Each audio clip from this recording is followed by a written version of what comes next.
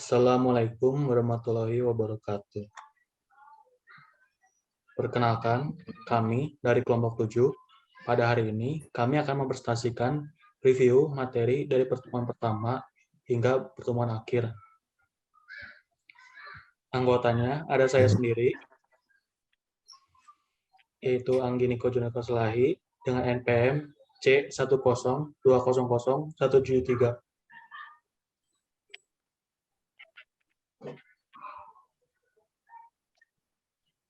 Kemudian ada saya, Yafnia, dengan PM C10200062. Selanjutnya, saya Dila Azila dengan NPM C10180132.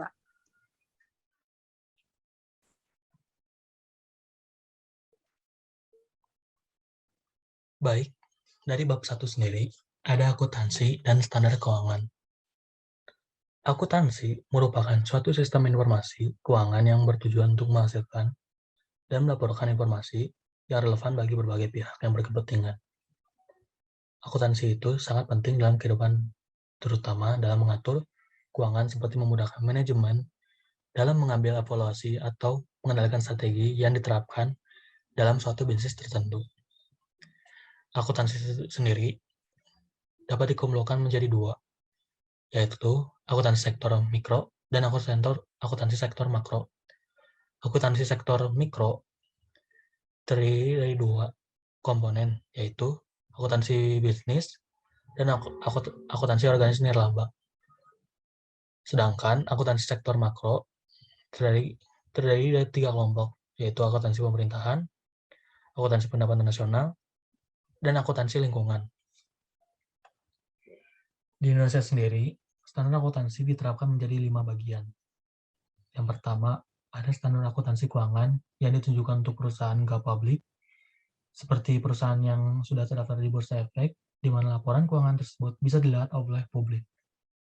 Yang kedua, ada standar akuntansi keuangan untuk entitas tanpa akuntabilitas publik atau bisa disebut SAK etap, yang ditujukan untuk perusahaan yang tidak atau belum go public, di mana laporan keuangan tersebut hanya dapat dilihat oleh pihak tertentu saja yang berkepentingan dengan perusahaan tersebut. Yang ketiga, ada standar akuntansi keuangan entitas mikro atau SAK MKM yang dikhususkan bagi usaha-usaha kecil dan menengah, di mana cakupannya kecil dan menengah. Yang keempat, ada standar akuntansi syariah atau SHS, di mana standar ini dikhususkan untuk lembaga yang berlandaskan syariah, seperti bank syariah, pondok, pesantren, dan lain-lainnya. Dan yang terakhir ada standar akuntansi pemerintahan atau bisa disebut SAP, yang dikhususkan bagi lembaga-lembaga pemerintahan dari desa hingga ke nasional. Kemudian kita lanjut ke bab 2, yaitu ada kerangka dasar. Kerangka dasar, penyusunan dan penyajian laporan keuangan, atau bisa disebut KDPPLK, berisi tentang konsep dasar penyusunan standar akuntansi yang harus diikuti dalam penyusunan dan penyajian laporan keuangan. Bagi para stakeholder sendiri, ini juga disebut dengan conceptual framework. Tujuan laporan keuangan ini untuk menggambarkan kondisi yang terjadi di perusahaan, baik di sisi asetnya, di sisi kewajibannya, di sisi income, dan expense-nya, atau arus kas yang terjadi dalam satu periode. Dalam unsur-unsur laporan keuangan terbagi menjadi 5, atau kita bisa singkat menjadi ALERE, di mana A sebagai aset, L sebagai liability, E sebagai equity, R sebagai revenue, E sebagai expense. Aset merupakan manfaat ekonomi yang diperoleh di masa mendatang dan mempunyai nilai atau biaya yang diukur dengan andal. Kemudian liabilitas merupakan pengeluaran sumber daya yang mengandung manfaat ekonomi yang dilakukan untuk menyelesaikan kewajiban dan jumlahnya dapat diukur secara andal. Yang ketiga ada ekuitas atau hak residual atas aset identitas setelah dikurangi semua liabilitas. Yang keempat ada penghasilan atau revenue yang terjadi ketika kenaikan manfaat ekonomi masa depan yang berkaitan dengan peningkatan aset atau penurunan liabilitas serta dapat diukur dengan andal. Dan yang terakhir ada beban yang terjadi ketika penurunan manfaat ekonomi yang berkaitan dengan penurunan aset atau peningkatan liabilitas serta dapat diukur dengan andal.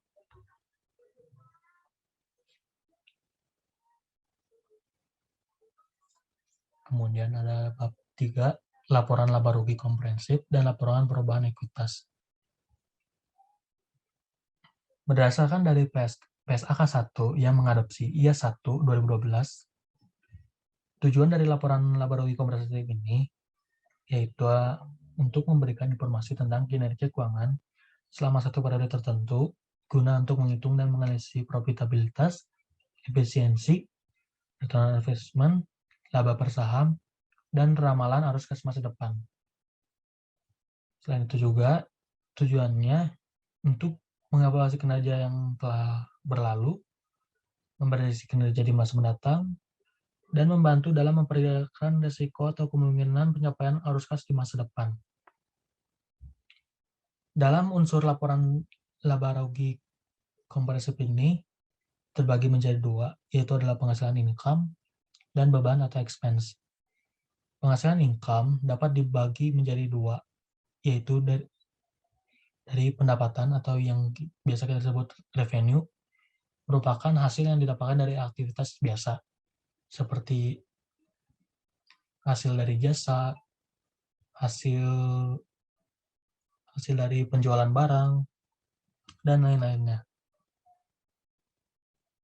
Selain itu juga, di dalam penghasilan ada yang dinamakan dengan keuntungan atau bisa disebut gain yang terjadi ketika perusahaan melakukan keuntungan, di mana keuntungan tersebut bukan dari hasil biasa seperti menjual mobil dan lain-lainnya. Setelah itu, ada beban atau expense, di mana beban atau expense ini terbagi menjadi dua kelompok, di mana beban terjadi karena aktivitas biasa, yang seperti contohnya beban listrik, beban sewa, dan beban lain-lainnya. Kemudian dalam beban sendiri ada yang dinamakan kerugian atau loss yang bukan terjadi karena aktivitas biasa, seperti gempa bumi, kebakaran, dan lain-lainnya.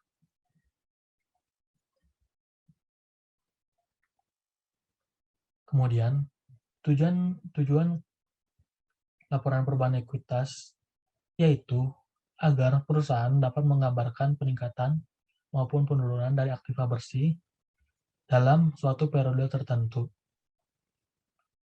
Kemudian kita masuk ke bab ada laporan posisi keuangan. Dalam laporan posisi keuangan sendiri, laporan posisi keuangan itu merupakan suatu daftar yang menunjukkan posisi keuangan, yaitu komposisi dan jumlah aset, liabilitas, dan ekuitas dari suatu entitas tertentu pada suatu tanggal tertentu. Berdasarkan PSAK 1, laporan keuangan ke-6 yaitu laporan posisi keuangan kooperatif ketika melakukan penerapan retrospektif atau merekalkulasikan pos-pos laporan keuangan.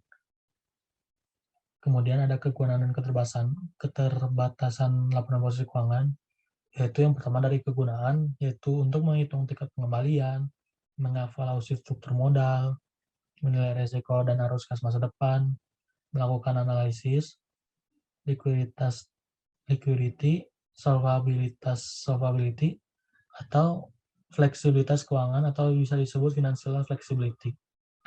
Keterbatasan dalam laporan posisi keuangan ini yaitu adalah aset dan kewajiban hanya dapat diukur menggunakan data historis, kemudian menggunakan judgment dan estimation, dan banyak item keuangan yang dihilangkan.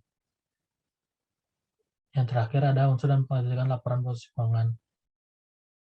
Unsur dan penghasilkan laporan posisi keuangan dapat terbagi menjadi 3, yaitu ada aset, ada liability, ada equity.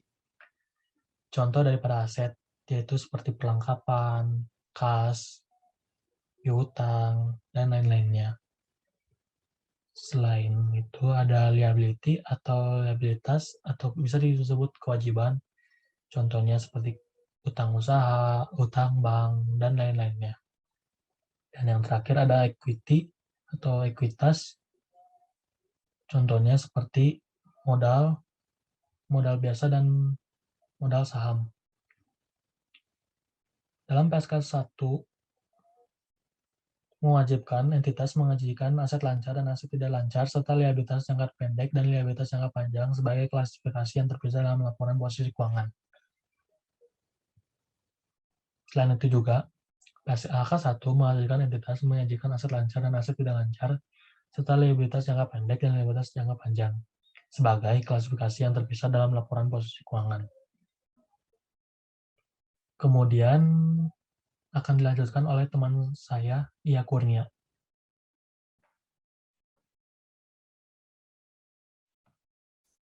Ya, untuk selanjutnya yaitu bab 5 yaitu tentang arus kas. Arus kas merupakan laporan yang memberikan informasi mengenai arus kas masuk dan arus kas keluar ataupun setara kas. Jadi, di dalam laporan kas terdapat informasi transaksi atau penerimaan kas baik yang diterima maupun keluar. Seperti contohnya yaitu penerimaan kas dari pelanggan atau pembelian bangunan. Untuk tujuan arus kas yaitu yang pertama ada menyediakan informasi tentang kas masuk dan keluar dari kegiatan, baik kegiatan operasi, investasi, dan pembiayaan. Contoh aktivitas dari kegiatan operasi yaitu seperti pembayaran pajak, dari kegiatan investasi seperti penjualan atau pembelian tanah, dan dari aktivitas pembiayaan yaitu penjualan saham atau pembayaran dividen. Untuk komponen atau unsur utama dari arus kas yaitu yang pertama ada aktivitas operasi, yang kedua ada aktivitas investasi, dan yang ketiga ada aktivitas pembiayaan.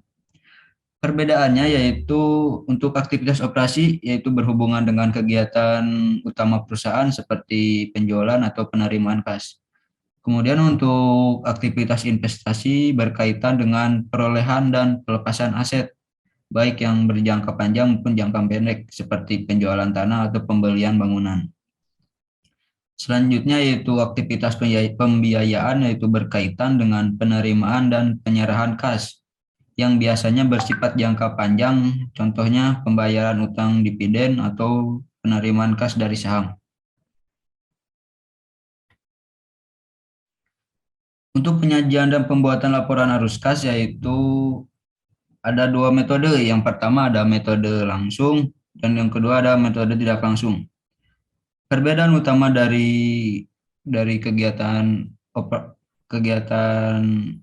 dari dua metode ini yaitu ada di aktivitas operasinya, yaitu kalau dalam aktivitas operasi yaitu tidak tidak tidak terdapat laba bersih, sedangkan di metode secara langsung tidak dicantumkan. Kemudian yaitu bab selanjutnya yaitu tentang kas. Kas adalah sebuah aset perusahaan yang paling liquid. Maksudnya yaitu ketika perusahaan membutuhkan dana cepat, maka cash dapat menjadi solusinya.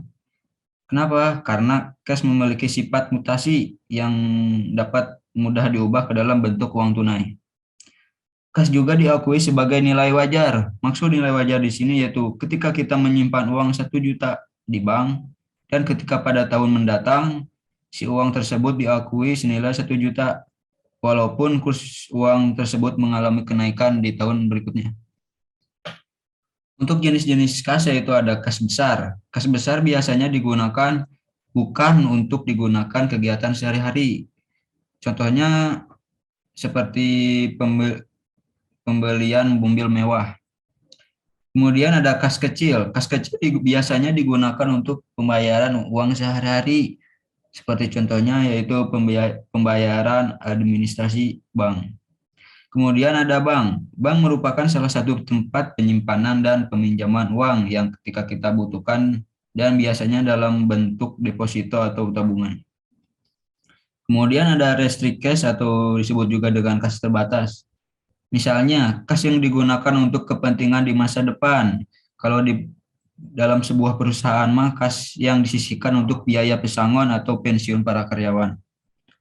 Kemudian ada setara kas. Setara kas merupakan jenis produk yang dikeluarkan oleh bank, seperti contohnya yaitu giro dan deposito. Kemudian ada rekonsiliasi bank. Rekonsiliasi bank merupakan suatu cara penyesuaian ketika bank dan perusahaan mengalami kesalahan atau perbedaan pencatatan. Penyebab terjadinya kesalahan tersebut yaitu yang pertama ada deposit in transit atau setoran dalam perjalanan, yang kedua ada outstanding check atau cek beredar, yang ketiga ada collecting bank atau penagihan bank, yang keempat ada NSP atau cek kosong, yang kelima ada administrasi bank, yang keenam ada interest income atau pendapatan bunga, dan yang terakhir ada error atau kesalahan. Untuk selanjutnya yaitu bab 6, bab 7 tentang piutang. Piutang merupakan salah satu komponen aset aktiva lancar yang mana piutang ini muncul akibat dari penjualan atau memberikan pinjaman secara kredit. Jenis-jenis piutang yaitu yang pertama ada piutang usaha atau piutang dagang. Piutang usaha, piutang ini muncul akibat dari penjualan barang atau secara kredit. Kemudian ada wesel tagih atau note receivable. Hampir sama dengan piutang usaha, namun yang membedakannya yaitu kalau di note receivable terdapat bunga, jadi semakin lama jangka waktu semakin besar juga bunga yang diterima. Dan yang terakhir ada piutang lainnya. Piutang lainnya yaitu piutang yang tidak berkaitan dengan penjualan, contohnya seperti piutang gaji karyawan. Kemudian yaitu ada penurunan piutang.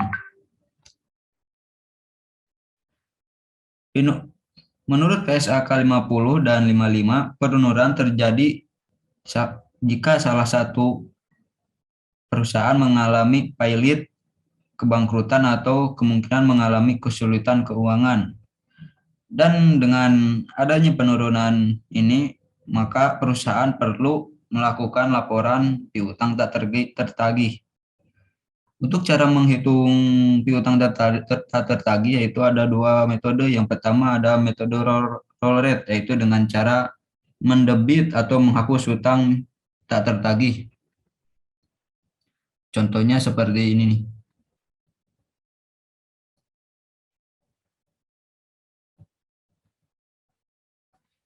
Pada tanggal 1 Juni, PT ABC memiliki piutang atas PT Alkalin dengan senilai 5 juta rupiah. Kemudian, pada tanggal 1 Agustus ada info bahwa PT Alkalin tertimpa pailit. Maka jurnalnya yaitu di debit ada allowance for doubtful yaitu senilai LV 5 juta. Kemudian di kreditnya ada akun receivable senilai 5 juta.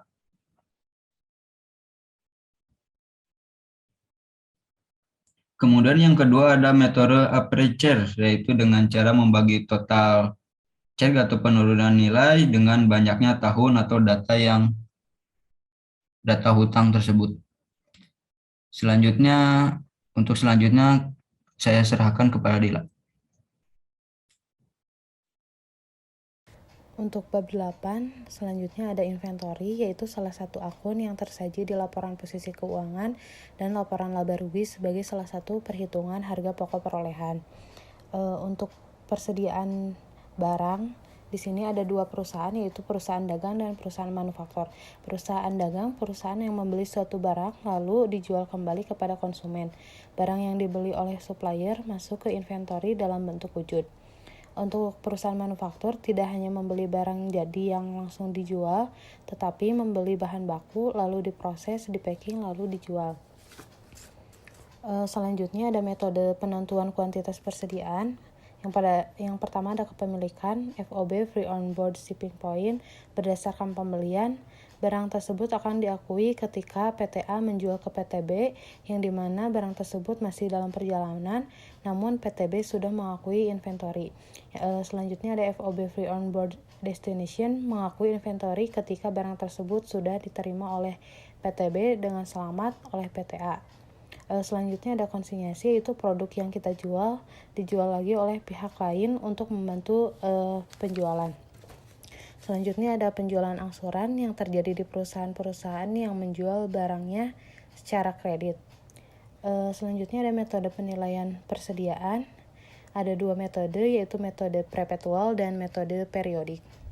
Untuk metode perpetual mengakui dan menjurnal setiap transaksinya, HPP diakui saat inventory terjual. Untuk metode periodik mengakui jumlah yang berkaitan inventorinya diakumulasikan dalam satu periode. Dalam PSAK 14, biaya perolehan persediaan diukur pada harga terendah antara biaya perolehan dan nilai realisasi bersih. Untuk menghitung inventory ada dua cara, yaitu NRV dan LCNRV. NRV yaitu Net Realizable Value, taksiran harga penjualan dalam kegiatan usaha normal, dikurangi taksiran biaya penyelesaian dan taksiran biaya yang diperlukan untuk melakukan penjualan. Inventorinya tidak hanya melihat dari harga penjualnya, tapi harus mengestimasi berapa nilai bersih dari satu barang sampai barang tersebut terjual ke konsumen. Selanjutnya ada LCNRV, yaitu nilai terendah antara biaya dengan nilai realisasi neto. Selanjutnya ada aset tetap. Menurut PSAK 16, aset tetap adalah aset berwujud yang dimiliki untuk digunakan dalam produksi, penyediaan barang atau jasa, untuk disewakan kepada pihak lain atau untuk tujuan administratif, dan diharapkan untuk digunakan selama lebih dari satu periode. Perolehan aset tetap yaitu ada dari pembelian di dalam PSAK 16, dibangun sendiri dalam PSAK 16, pertukaran aset dalam PSAK 16, kombinasi bisnis PSAK 22, sewa pembiayaan PSAK 30, dan hibah pemerintah dalam PSAK 61.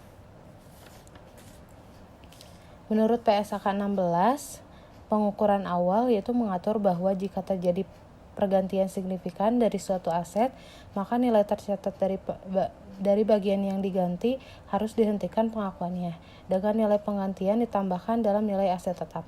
Pengukuran awal ada biaya perolehan, aset tetap dibangun sendiri, biaya pinjaman, pertukaran aset, dan hibah pemerintah. Biaya perolehan adalah ketika kita membeli suatu barang, lalu ada biaya-biaya yang mengiringi sampai barang tersebut dapat digunakan. Total biaya yang dikeluarkan diakui sebagai kos atas aset. Aset tetap dibangun sendiri.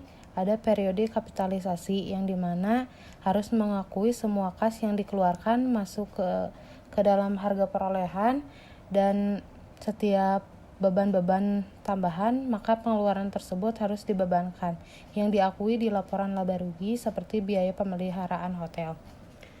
Selanjutnya ada aset tidak berwujud. Aset tidak berwujud adalah aset non-moneter yang diidentifikasi yang tidak memiliki substansi fisik. Contohnya paten, hak cipta, merek, produk, piranti lunak komputer, waralaba, dan goodwill. Untuk biaya perolehan terdiri dari harga pembelian, pajak, dan biaya impor dikurangi diskon, biaya langsung untuk memperoleh aset tersebut. Semua biaya yang dibebankan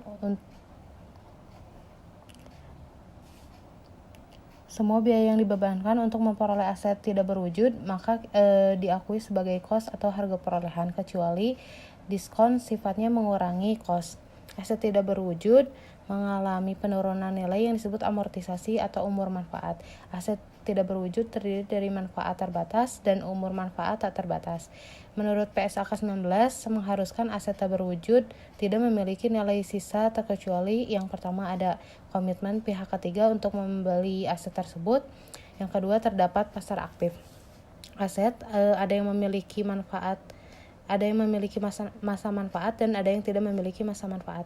Yang memiliki masa manfaat seperti bangunan, mesin, dan lain-lain. Yang tidak memiliki masa manfaat seperti tanah, karena tanah tidak mengalami penurunan nilai, maka tidak ada masa manfaatnya. Selanjutnya ada goodwill. Menurut PSAK 19, biaya perolehan aset tak berwujud yang diakuisisi sebagai bagian dari penggabungan usaha adalah nilai wajarnya pada tanggal akuisisi. Goodwill hanya boleh diakui sebagai akibat dari penggabungan usaha. Selanjutnya ada pengukuran. Di sini ada aset tak berwujud dihasilkan secara internal. Contohnya dalam pembuatan jalan tol, ketika akan melakukan penelitian, maka penelitian tersebut diakui sebagai beban penelitian yang akan dilaporkan di laporan laba rugi. Selanjutnya ada perangkat lunak komputer. Biaya penelitian dibebankan dan pengembangan dikapitalisasi sebagai aset jika memenuhi kriteria. Yang ketiga, biaya situs web. Menurut PSAK 14, situs web yang timbul dari pengembangan diakui sebagai aset tidak berwujud. Menurut PSAK 19, memperbolehkan dua dasar pengukuran secara sama dengan yang disyaratkan dalam PSAK 16. Ada dua model. Yang pertama, model biaya perolehan. Aset tak berwujud dinilai berdasarkan biaya perolehan dikurangi akumulasi amortisasi dan akumulasi rugi penurunan nilai. Yang kedua, ada model revaluasi. Entitas diperbolehkan menggunakan model revaluasi setelah diakuisisi aset tak berwujud. Yang kedua, nilai aset tak berwujud akan dicatat sesuai nilai wajarnya. Yang ketiga, jika suatu aset tak berwujud dalam kelompok tertentu direvaluasi, maka seluruh aset tak berwujud dalam kelompok yang sama harus direvaluasi juga. Contohnya, jika hak cipta direvaluasi, maka hak paten dan merek dagang juga harus direvaluasi. Selanjutnya ada penurunan nilai. Jika terdapat indikasi penurunan nilai, maka entitas harus mengestimasi besaran jumlah terpulihkan. Jumlah terpulihkan adalah nilai wajar dikurangi biaya untuk menjual, fair value less to sell, jumlah yang dapat dihasilkan setelah dikurangi biaya pelepasan. Selanjutnya ada value in issue, nilai sekarang dari taksiran arus kas yang diharapkan akan diterima pada akhir masa manfaatnya. Penghentian dan pelepasan. Terdapat dua kondisi aset tak berwujud dihentikan. Yang pertama, dalam proses pelepasan, contohnya aset dijual atau dipindah tangankan. Yang kedua, ketika tidak terdapat lagi masa manfaatnya. Contoh, masa manfaatnya 10 tahun, jika lebih dari itu harus dilepaskan. Selanjutnya, keuntungan dan kerugian akan diakui pada saat pelepasan aset ketika terdapat selisih antara nilai bersih aset dikurangi dengan nilai tercatat aset. Keuntungan dan kerugian akan diakui di laporan laba rugi. Baik, cukup sekian presentasi dari kelompok kami yang dapat kami sampaikan. Mohon maaf bila ada kesalahan. Wassalamualaikum warahmatullahi wabarakatuh.